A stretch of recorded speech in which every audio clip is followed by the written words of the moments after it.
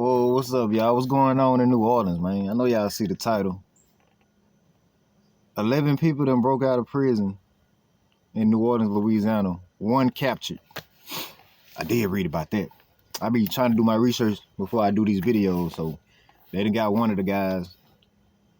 And I wonder how long it took them to plan this out. I really do. Anyway, thank y'all for clicking the video. Hit the like button. I'll reply to all comments. Let's talk about this. When a crime happens, it's easy to get caught in the daytime. In these days and times, because there's cameras everywhere. Back in the day, when there were many cameras, you got away with a lot of stuff. It's too many satellites in the sky. It's too many. Them boys that broke out of jail, they got to be on the move all day until night hit. It's going to be harder to catch them at night because you can't really see at night on them cameras like that. Them satellites up there. The street cameras and stuff, you know, the cameras that be on the street poles and stuff, they count. But at night, that's not going to help them. The satellites in the daytime is what really captures people. Just like in Chicago, how they saw the FBG Duck murder. The satellites. So you do any crime in broad daylight, they can trace you back from that time all the way back from when you was at the house. Be careful. Shouldn't want to hurt nobody no way.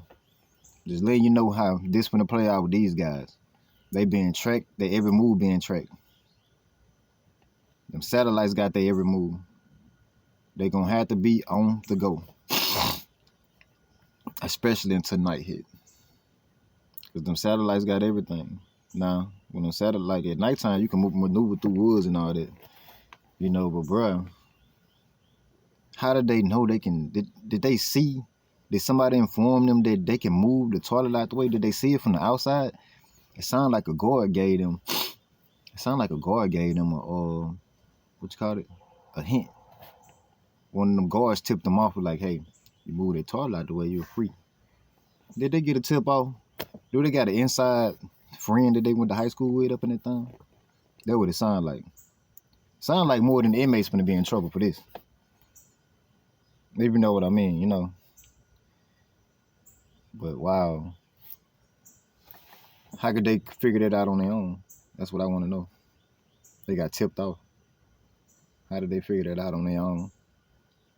Was they playing around with it and trying to see what's behind it and discovered what's behind it is outside?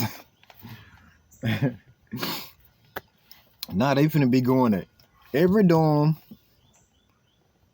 making sure they toilet and sink can't move. Yeah, it's over. That's a one-in-a-lifetime thing. You know, they went viral for that. Nobody else is going viral for that. Guaranteed you that. But New Orleans been wild. I'm not surprised, man. It's N.O. We ain't surprised by no N.O. That's how they get done. And we know this.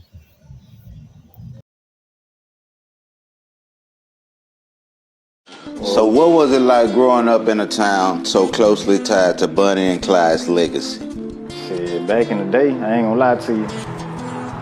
We didn't know where we was at until we grew up. We kind of grew up in this town. They had festivals every year. And it was more like, you don't know where you at until you grow up. So how has your upbringing shaped the person you are today? Shit, my upbringing, it made me who I was, but I wish I would have chose a different path. I wish I would have went to the military when I was 17, but I chose to be in the streets. Bonnie and Clyde, what did they do?